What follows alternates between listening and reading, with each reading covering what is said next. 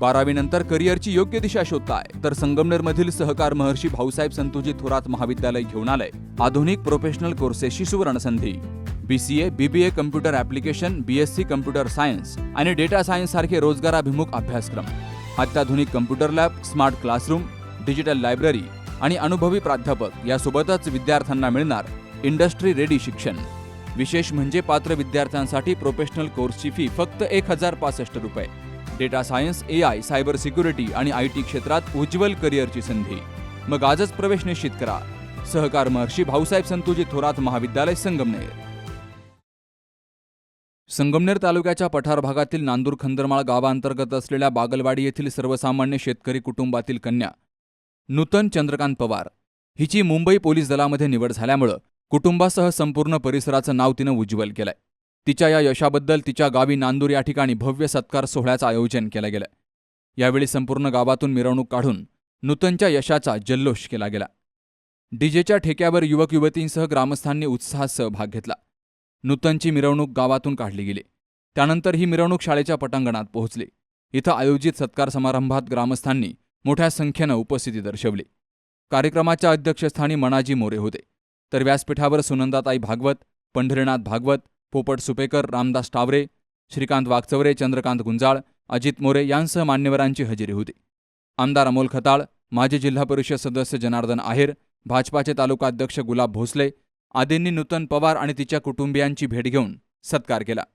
उपस्थित मान्यवरांनी नूतनच्या संघर्षमय प्रवासाचा गौरव करत तिच्या जिद्द, चिकाटी आणि मेहनतीचं कौतुक केलंय। तर वक्त्यांनी आपल्या मनोगतात नूतनच्या गरीब शेतकरी कुटुंबाचा संघर्षमय इतिहास सांगितला। पुढील सेवा काळासाठी नूतनला शुभेच्छा देत तिनं अधिक मोठं यश मिळवावं अशी अपेक्षाही व्यक्त केली गेली आहे।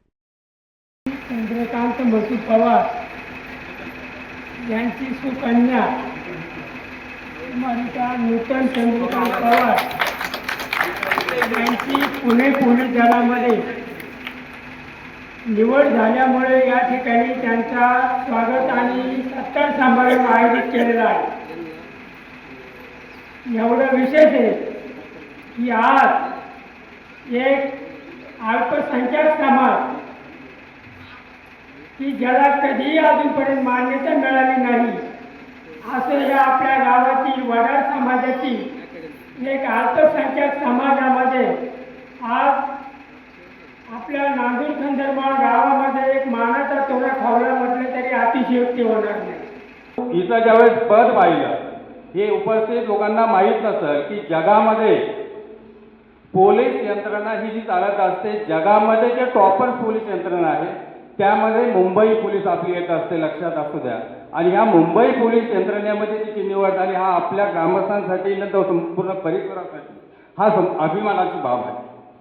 आणि हे करत असताना ती एक मुलगी आहे। आज कुठलंही क्षेत्र असं राहिलेलं नाही की पुरुषाच्या खांद्याला खांदा लावून कोणतीही महिला सक्षमपणे आपलं कर्तव्य निभावत असते। कोणतंही पद असेल, कोणतंही कर्तव्य असेल, कोणतीही जबाबदारी असेल, अति सक्षमपणे त्या ठिकाणी पार पडत असते। एका दलित कुटुंबामध्ये ज्या वेळेला गावामधून मिरवणूक काढली जाते, आनंदाचा क्षण यापेक्षा जास्त वेगळा नसतो। कारण मी ज्यावेळेला 10वीला आनंद यादव यांच्याविषयी शिकवायचं त्यावेळेला त्यांची परिस्थिती अतिशय गरिबीची होती, त्यातून ते मोठे झाले। त्याच पद्धतीने आज बघितलं की या मुलीची पोलीस दलात निवड झाली। मिरवणूक काढताना तिचे नातेवाईक भगिनी अतिशय आनंदाने नाचत होत्या आणि खऱ्या अर्थानं त्यांना हा आनंद घेता आला। मग हा आनंद त्यांचा असाच राहण्यासाठी तिच्यावर सुद्धा जबाबदारी आलेली आहे। नूतनने आपल्या वडिलांचं नाव रोशन केलेलं आहे। हे आई वडिलांच्या दृष्टीने, आम्हा शिक्षकांच्या दृष्टीने आणि गावाच्या दृष्टीने अतिशय अभिमानाची बाब आहे।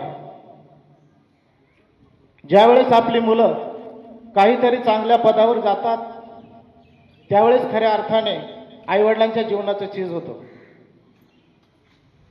प्रत्येक विद्यार्थ्याच्या यशामध्ये एक ट्रायंगल असतो, शिक्षक, पालक आणि विद्यार्थी। हा त्रिकोण जर जुळला तर निश्चितच यश हे आपलं जे स्वप्न आहे ते निश्चितच साकार झाल्याशिवाय राहत नाही। आज 2003 साली बसू वाढलेला आहे, कॅन्सर झाला होता. अशा घराण्यातली मुलगी आज एवढी मोठी पदावर झाली, स्वाभिमान आहे. माझं 80 साली माझा नाला फुटला होता सर. जमिनीतला नाला फुटला आणि राम आणि लक्ष्मण दोन छोटे छोटे अशी गोट्या खेळत होती आणि वहिनी आणि भाऊ त्या गाढवावर माती टाकून उचलीत होता आणि मी गेले बघायला. साहेब म्हणजे 500 रुपयाला काम देते, विशेष सांगायची गरज आहे. आणि म्हणून की बघायला गेले तर हे दोन खेळत होते. मी त्यांच्याजवळ बघितले, तुझं नाव काय? लांब. तुझं नाव छान. बोलत बोलत होते, लहान होते. अरे अरे बाबा, मला लई वाईट वाटलं. म्हणजे किती सुंदर मुलं आहेत, त्याला शिक्षण मिळालं पाहिजे. बसू इकडे रे, थांब आई थांब, नको नको थांब नको. दोघे दादा बायको आली बसली. म्हणजे बाळा, या दोन्ही मुलांना शिक्षण देतो. आई मी नाही शिकू शकत आई. अरे मला तू नाही झाला साहेब ना, एक काम कर, साहेबाचा बाप होते, बाप वडील, साहेबाचा वडील हो. नाही का ताई, रडू लागला. नाही नाही अहो मी आले इथं पंचनामा केला गावात, त्या मुलांचे दाखले काढले आणि तो राम लक्ष्मण आज गव्हर्नमेंट नोकरीला लागले. आणि त्यांची मुलगी त्यावेळेला माझा चंदू आपला टेलर काम करायचा आणि मसू आणि वहिनी त्या काढावर माती टाकायची. अशा घरातली ही मुलगी आहे. नूतन, तू पोलीस झाली मुंबईला, परंतु भ्रष्टाचारात कधी जाऊ नको.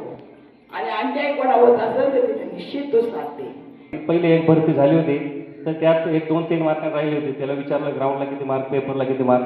तर त्याच वेळेस मला कळालं की मुलीमध्ये क्वालिटी 100% पोलीस होणार म्हणजे होणार. तर तिला त्याच वेळेस सांगितलं, पैशाची काहीच चिंता करू नको, तू बिंदास यायचं, लेक्चर कर, ग्राउंड कर. आणि तिनं वर्षभर प्रामाणिकपणे कंटिन्यू लेक्चर केले, ग्राउंड केले, अभ्यास केला. आणि मुंबई शहरला तिचं चांगल्या मार्कांनी कास्टमधून 2-3 मार्क प्लस मेरिटच्या सिलेक्शन झालं. तर एकदम आता 3 दिवसापूर्वीचाच किस्सा आहे. मेरिट लागायच्या आधी तिची मैत्रिणी ग्राउंड करता करता तिच्या पायाला जखम झाली, तर तिला घेऊन चालली होती. तर त्यावेळेस पण मला बोलले नाही का तिनं मेरिट काढलं असणार आहे. तर 118 मार्क होते 150 पैकी. आणि त्याच्या दुसऱ्या दिवशीच मेरिट लागलं. तर सर्व खरोखर मनापासून आनंद होतो. आणि गरीब कुटुंबातील सर्व मुलं जवळजवळ माझ्या 2024ला माझ्या अकॅडमीची स्थापना झाली. मी 12 वर्ष या क्षेत्रात होतो. मी स्वतः पोलीस भरती केलेली, 4 वेळा एका मार्काने राहिलेलो आहे. आणि 1 मार्क 2 मार्कांनी काम झालं नाही, ते दुःख काय असतं आणि ते कष्ट काय किती असतं हे फक्त जो भरती करतो त्या मुलाला माहीत राहतं. आणि पोलीस झाल्यावर किंवा एखादा मुलगा अपयशी झाला तर समाज त्याला नाव ठेवतो, अरे तू सिलेक्शन नाही झालं, काय करतो इतक्या वर्ष. पण जो जे बाहेर रूमवर राहून जे मेसो दिवस काढतो किंवा ग्राउंड करतो, अभ्यास करतो पोलीस होण्यासाठी, जसं सरांनी सांगितलं, मानसिकता पाहिजेच, पण त्याबरोबर शारीरिक कष्ट पण भरपूर आहे. आणि यश अपयश आलं तर स्वतः माणूस तर खचतोच, पण समाजाचे बोलणे पण ऐकावं लागतात. पण या सर्व गोष्टीतून ती पहिल्या भरतीत अपयश आलं पण खचून न जाता, आणि विशेष करून तिच्या आईवडिलांनी त्याला जो सपोर्ट केला आणि सिलेक्शन झाल्या तिच्या आईवडील सत्काराला आले होते, त्यांचा जो आनंद पाहून मला इतकं चांगलं वाटलं का मुलगी पोलीस झाली. मुलीला तर 100% आपण स्वतः पोलीस होतो तर आपल्याला आनंद होतोच, पण त्याच्यापेक्षा त्याच्या आईवडिलांना, नातेवाईकांना जो आनंद होतो त्या. आणि त्याचबरोबर आज मी या गावचं खरोखर आभार व्यक्त करतो. आणि मी या गावात 7-8 वर्षापूर्वी आलो होतो. आमच्या गावचे सरपंच ते ताईंनी जसं सांगितलं, आम्ही त्यांच्या आश्रमाला भेट देण्यासाठी आलो होतो. आमच्या गावच्या सरपंचाचा वाढदिवस होता आणि त्यांच्या मुलांना आम्ही थोडंसं गिफ्ट घेऊन आलो होतो. तर त्यांनी सांगितलं 22 ते 24 मुलं त्यांच्या आश्रमातून पोलीस झाले. खरोखर एक अभिमानाची गोष्ट आहे. आणि येणार या बरेच आता 2026ला आता 27ला जो कुंभमेळा आहे, तर या गावच्या खास करून मी जे पालक आहे त्यांचे मुलं जे 12वी झाले असतील आणि त्यांना जर या शासकीय सेवेत मुलांना पाठवायचं असेल तर येणारे 2027च्या कुंभमेळावर मेगा भरती निघणार आहे 20 ते 22,000 पदांची ऑक्टोबर-नोव्हेंबरमध्ये. तर अवश्य त्यांना फक्त सपोर्ट करा.